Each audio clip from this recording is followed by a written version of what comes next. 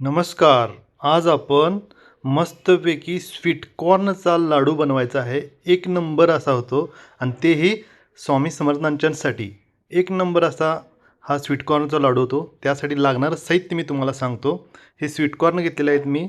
1 बोल तूप, त्यानंतरनं हे आपले वेलची आणि जायफळ आहे, ते सोलून घेतलेलं आहे मी आणि हे मिक्स ड्रायफ्रुट्स आहेत. त्याचबरोबर इथं मी साखर घेतलेली आहे. परत रवा देखील घेतलेला आहे. या साहित्यापासून मस्त आणि एक नंबर क्वालिटीचा आपण लाडू बनवायचा आहे. खूप मस्त लागतो, सुंदर लागतो. तर आपण याची आता रेसिपी पाहूया. तर पहिल्यांदा मी ड्राय फ्रुट्स हे मिक्सरमध्ये बारीक करून घेतोय आणि त्याच्यासोबत मी वेलची आणि जायफळ देखील घालून ते देखील याच्यासोबत मी बारीक करून घेणार आहे. आता पटकन मी बारीक करून घेतो. हे बघा, अशा पद्धतीने मी बारीक करून घेतलेलं आहे. आता हे मी एका वाटीमध्ये काढून घेणार आहे. तर याची पुढची प्रोसेस तुम्हाला मी दाखवतो. अशाच पद्धतीने आपण आता स्वीट कॉर्न देखील मिक्सरमध्ये बारीक करून घ्यायचं आहे. आता हे मी छान असं बारीक करून घेतो.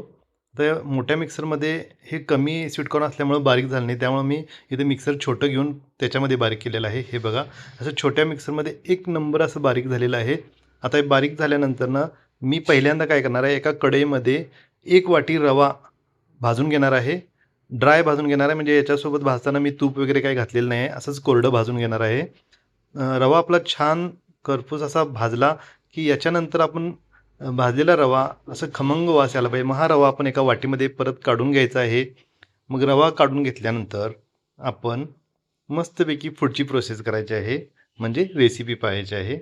आता आपण रवा हा काढून घेतलेला आहे. मग याच्यानंतर आपण त्याच कढईमध्ये 3 चमचे तूप घेतलेलं आहे. तुम्हाला तूप जर कमी हवं असेल तर कमी देखील वापरू शकता.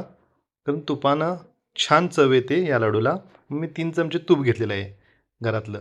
मग याच्यानंतर तूप गरम झाल्यानंतरनं याच्यामध्ये जे स्वीटकॉर्न आपण बारीक पेस्ट केली होती, ती स्वीटकॉर्न आपण या तुपामध्ये छान असं तूप सुटेपर्यंत मस्त भाजून घ्यायचं आहे. काय सुगंध आला या तुपाचा आणि त्या स्वीटकॉर्नचा भाजताना वाह! असं हे कच्चंच खावंसं वाटायलंय, असलं भारी वाटायला लागलंय. मग आता हे मी मस्तपैकी असं भाजून घ्यायला लागलोय.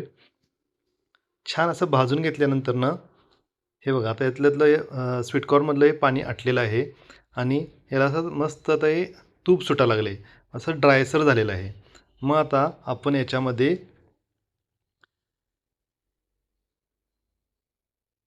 आता हे छान भाजलेलं आहे. आता याच्यामध्ये आपण हे बारीक केलेले जे ड्रायफ्रुट्स आहेत ते याच्यात घालून घ्यायचे आहेत आणि छान असं मिक्स करायचं आहे. हे बघा किती मस्त वाटतंय. मस्त आता ते मंद आचेवर मी भाजून घ्यायला लागलोय. छान असं भाजून घ्यायचं. मग आता याच्यामध्ये आपण जे ड्रायफ्रूट घातले होते ते छान भाजून झालेले आहेत.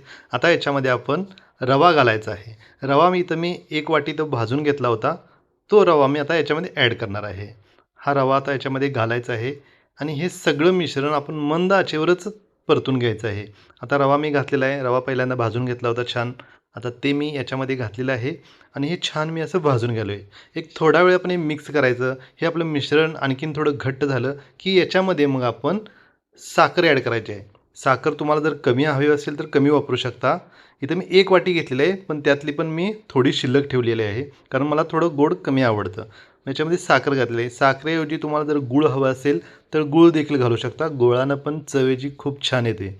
मी इथं साखर वापरलेलं आहे आणि आता ही साखर घालून आता हे छान असं मिक्स करायचं आहे आणि गॅस आपला मंद आचेवरच ठेवायचा आहे. आता हे छान असं मिक्स झालेलं आहे. एक नंबर झालेलं आहे. असं बघूनच हे असं लाडू करायची पण आवश्यकता नाही. असंच जरी खाल्ला तरीसुद्धा चालते. मग आता हे मी गॅस बंद करणार आहे आणि एक 10 मिनिटं त्याला वरती झाकण लावून ठेवणार आहे गार होण्याकरता. गार झाल्यानं काय होतं, ही आणखीन थोडे घट्ट होते आणि आपल्याला लाडू तयार करायला सोपं जाते. आता झाकून ठेवलं होतं मी 10 मिनिटं. याच्यानंतर बघा हे असं किती छान घट्ट झालेलं आहे. आता ह्याचे आपण सहजपणे लाडू करू शकतो. आता बघा मी याचे लाडू करतो. आता आणि मी असे जे लाडू करणार आहे, हे बघा अशा पद्धतीने खूप सोप्या पद्धतीने हे लाडू होतात आणि खूप चविष्ट लागतात आणि नवीन असं पदार्थ आहे आणि सगळ्यांना खूप आवडेल. लहान मुलांपासून मोठ्यापर्यंत सगळ्यांना आवडेल असं हे लाडू आहेत. आपण लाडू पण बनवू शकता. हे असे प्लेटमध्ये घालून याची बर्फी पण बनवू शकता तुम्ही. एक नंबर होतं. हे अशा पद्धतीने आता मी पटपट लाडू वळून घेतो. एक नंबर. कधी एकदा देवाला दाखवीन आणि मी पण खाईन असं झालेलं आहे. बघा किती सुंदर लाडू झालाय ना हा. एक नंबर. असेच मी सगळ्या जे लाडू बनवतो आणि तुम्हाला दाखवतो. हे बघा किती सुंदर लाडू झालाय. हे वाटणार पण नाही की हे स्वीटकॉर्नचे लाडू आहेत असे. एकदम पौष्टिक असा हा लाडू आहे.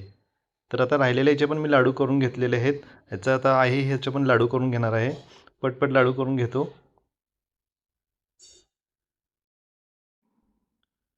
तुम्ही पण अशा पद्धतीनं लाडू बनवून बघा कशी वाटते ते आणि तुम्हाला ही माझी रेसिपी कशी वाटली ती देखील मला तुम्ही सांगा कमेंट बॉक्समध्ये आणि आणखीन तुम्हाला ह्यात काय आयडिया येत असेल तर तुम्हाला ती मला आयडिया द्या त्या पद्धतीने मी ह्याच्यात ॲड करून बघतो. बघा असे लाडू मस्त झालेत. किती सुंदर लाडू झालेत. वाह! हे बघा. आता सगळ्यात शेवटचा लाडू आहे तो सगळ्यात मोठा करणार आहे. कारण तो लाडू आहे स्वामी समर्थांसाठी. हे बघा एकदम सुंदर आणि मोठा लाडू मी नैवेद्यासाठी ठेवलेला आहे आणि मस्त असा लाडू तयार झालेला आहे. याच्यावरती तुम्हाला जर सुकं खोबऱ्याचा किस असतो एकदम बारीक, ते लावू शकता ह्या लाडूवरती किंवा चांदी माझ्याकडे चांदीचा वर्क शिल्लक होता. तो मी याला चांदीचा वर्क लावणार आहे. आणि गुलाबाच्या पाकळ्या असतील त्या पण लावू शकता गार्निशसाठी किंवा एक एक असे बदाम पिस्ताचे बारीक काप केलेले असतील ते देखील सुद्धा लावू शकता तुम्ही. हे मी माझ्याकडे सिल्वर होता तो मी याला लावलेला आहे. मस्त एक नंबर. वाह! काय सुंदर झालं आहे आणि तुम्हाला जर असेच नवनवीन रेसिपी जर पाहायच्या असतील तर माझ्या चॅनलला सबस्क्राईब करा, लाईक करा आणि कमेंट देखील करा. आणि हा लाडू कसा झालेला आहे ते देखील सांगा. आता हे नैवेद्याचा लाडू मी पहिला स्वामींना दाखवतो. मस्त असा लाडू स्वामींसाठी. चला तर मग आपण हा नैवेद्य दाखवूया स्वामींना. आणि माझ्या घरातील स्वामींची मूर्ती देखील बघा की कशी आहे स्वामींची मूर्ती. मी आता तुम्हाला हे नैवेद्य दाखवतो स्वामींना. जय श्री स्वामी समर्थ महाराज की जय. चला, स्वामींना हा प्रसाद दाखवलेला आहे. आता आपण देखील याची टेस्ट करून बघू. वा, काय सुंदर दिसायला लागला हा लाडू.